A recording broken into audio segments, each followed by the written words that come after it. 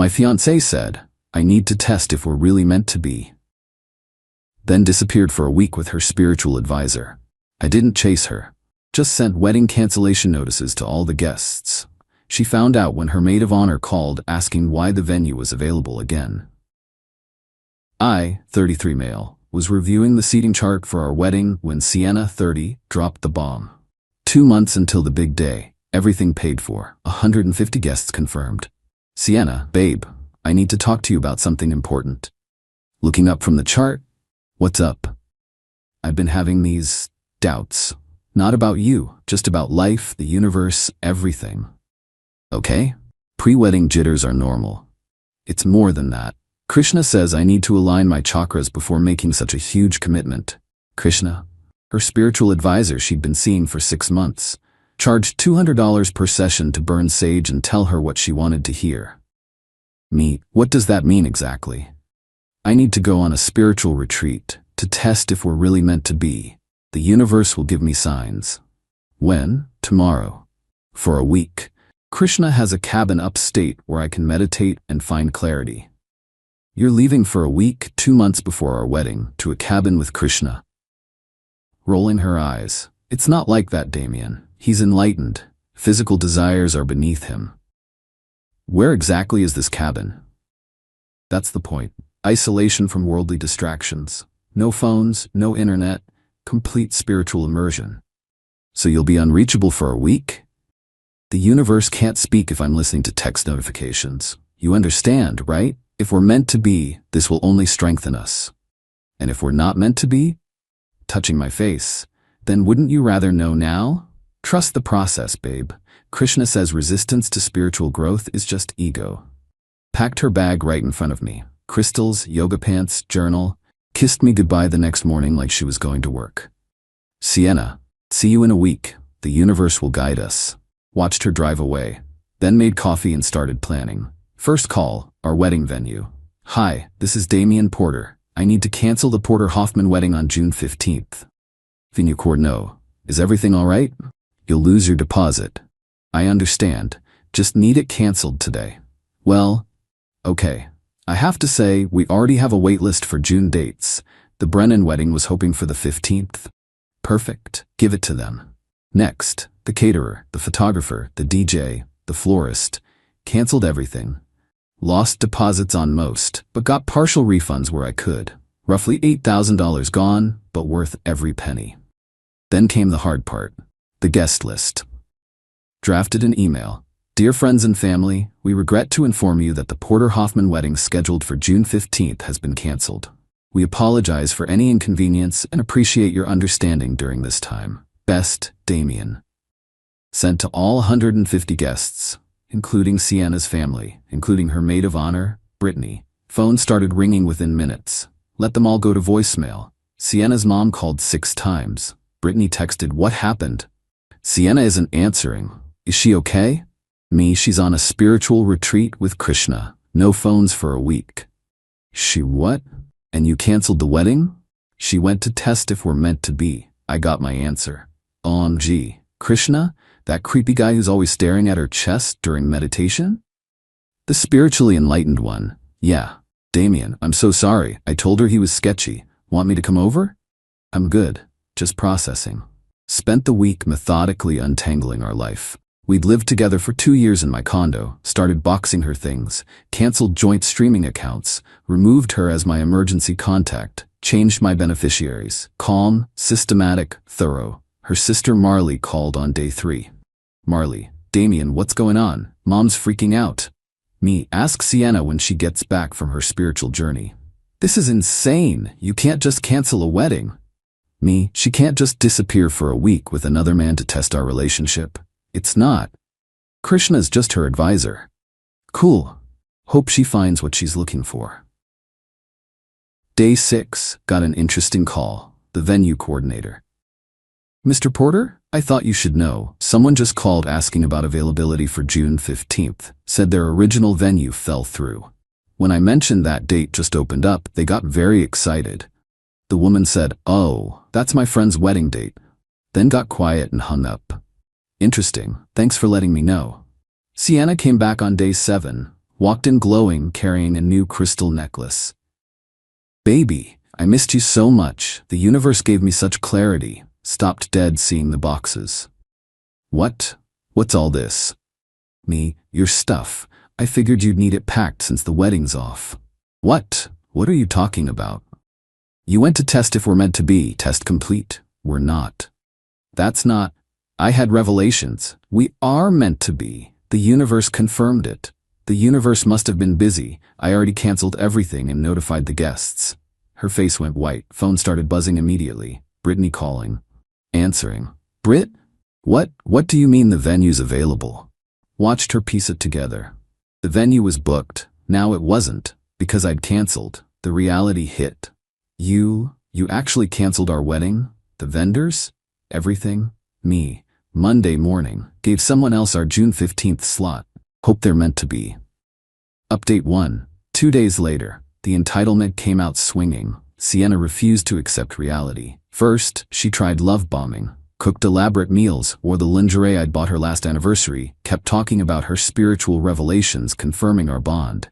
Sienna, the universe showed me we're soulmates. I saw visions of our future children. Did the universe also show you visions of Krishna? Why are you being so closed-minded? This was about us. This was about you running away with another man, spiritual advisor or not. Then came the family pressure. Her parents showed up unannounced. Her dad, Damien, let's be reasonable. Wedding jitters happen. Sienna made a mistake. She made a choice. I made mine. Her mom. But the deposits, the embarrassment, what will people think? Me. That their daughter values Krishna's opinion over her fiancé's feelings?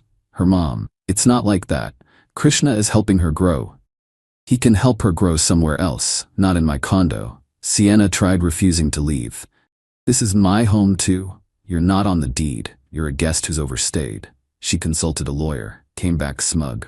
Sienna, I have tenant rights. You need to formally evict me. That takes months. True, or you could leave with dignity. Your choice. But while you're here as my hostile tenant, I'll be documenting everything for court. Starting with you abandoning the property for a week without notice. Her tune changed when I started taking photos of her belongings, creating an inventory. But the real entitlement showed when she got the bills. See, while the wedding was under my credit cards, she'd promised to pay half. Never did, of course. After the wedding, she'd say. Now vendors were sending final invoices, cancellation fees, lost deposits. Sienna, I'm not paying for a canceled wedding. Me, you're paying for your canceled wedding. Here's the spreadsheet. Your half is $7,300. You canceled it. You pay. You abandoned it. These are consequences. She tried accessing our wedding registry to return gifts for cash. Joke's on her. I'd already contacted guests. Most hadn't bought anything yet. The few who had, I'd personally called to explain and offer returns. Next came the social media war. Posted about toxic masculinity and men who can't handle independent spiritual women. Tagged me. I responded with one post. When your fiancé disappears for a week with her male spiritual advisor to test your relationship, the test has already failed. Canceling the wedding was just grading the paper. Her friends split. Some defended her spiritual journey. Others, including Brittany, called her out. Brittany commented, "Girl, you literally left for a week with another man. What did you expect?" Sienna replied, "It was platonic. Damien knows that." Krishna entered the chat. Our connection transcends physical reality. Sienna is my twin flame. I screenshot that. Gold. Update 2. 1 week later, Sienna went nuclear when she realized I was serious. The extinction burst was spectacular. First, she tried to force a reconciliation through public embarrassment. Showed up at my office with flowers and a banner that said, "I'd choose you." Security called me. "Mr. Porter, there's a woman in the lobby with a banner." Me, I don't know her. Please have her removed. Watched on security cameras as they escorted her out. She left the banner. They threw it in the dumpster. Then she tried financial warfare. Attempted to drain the vacation fund we'd been building. Separate savings account, but she knew my login from when I'd asked her to check the balance once. Bank flagged it. Large transfer attempt to an unknown account. Blocked it. Called me. Me. Yes, please freeze the account and prosecute the attempted theft. Sienna, when confronted, "That's our vacation money, me, which you tried to steal." That's a felony, by the way. She backed off when I mentioned prosecution. But the best part was when the truth about her spiritual retreat came out. Her friend Cassidy had been on Instagram that week, posted stories from a music festival, and there, in the background of one video, Sienna and Krishna, dancing, very spiritually, with glow sticks and Molly pupils, sent the screenshot to everyone defending her spiritual journey. Ah yes, the ancient spiritual practice of raving. Her narrative crumbled. Even her supportive friends started questioning. Wait, she was at Tomorrowland? I thought she was meditating in isolation. Krishna took her to a rave. Sienna tried damage control. Music is spiritual. Dancing is prayer. Sure, Jan. The final straw came when she served me with papers. She was suing me for intentional infliction of emotional distress and breach of promise. Her demands: $50,000 for emotional damages, $15,000 for wedding costs, $10,000 for loss of future earnings as a married woman. The engagement ring that she'd left behind when she went to find herself. My lawyer laughed. Actually laughed. She abandoned you for a week with another man. You have proof she lied about where she was, and she wants damages? This is frivolous. Countersued for attempted theft, the vacation fund, defamation, the social media posts, harassment, the office incident, actual costs of canceled wedding. Judge took one look at the evidence. The twin flame comment from Krishna, the festival footage, the attempted theft. Judge: Ms. Hoffman, you abandoned your fiancé for a week with another man. Spiritual advisor. Judge: who called you his twin flame? You lied about your whereabouts. You attempted to steal from joint accounts. Your case is dismissed. Mr. Porter's countersuit has merit. I'm awarding him $8,000 in wedding cancellation costs plus $2,000 in legal fees. But I was finding myself. You found yourself single and owing $10,000. Court adjourned. The aftermath was poetic justice. Sienna had to move back with her parents to pay the judgment, humiliating for a 30-year-old who'd bragged about her spiritual independence. Krishna disappeared when money got involved. His LinkedIn showed he'd moved states. Guess twin flames aren't worth legal troubles. But the real karma came from an unexpected source. Remember the Brennan wedding that took our venue slot? They invited me. Turns out, Jack Brennan was a coworker's cousin. When they heard why the date opened up, they insisted I come. Anyone who cancels a wedding over that deserves free drinks and good karma. Went to their wedding. Beautiful ceremony. No one disappeared for a week to test the universe. During cocktail hour, met Helena. She was there solo too. Her +1 had bailed. Helena: so you're the guy whose canceled wedding gave them this date? Me: guilty. My ex needed to spiritually assess our compatibility. With another man?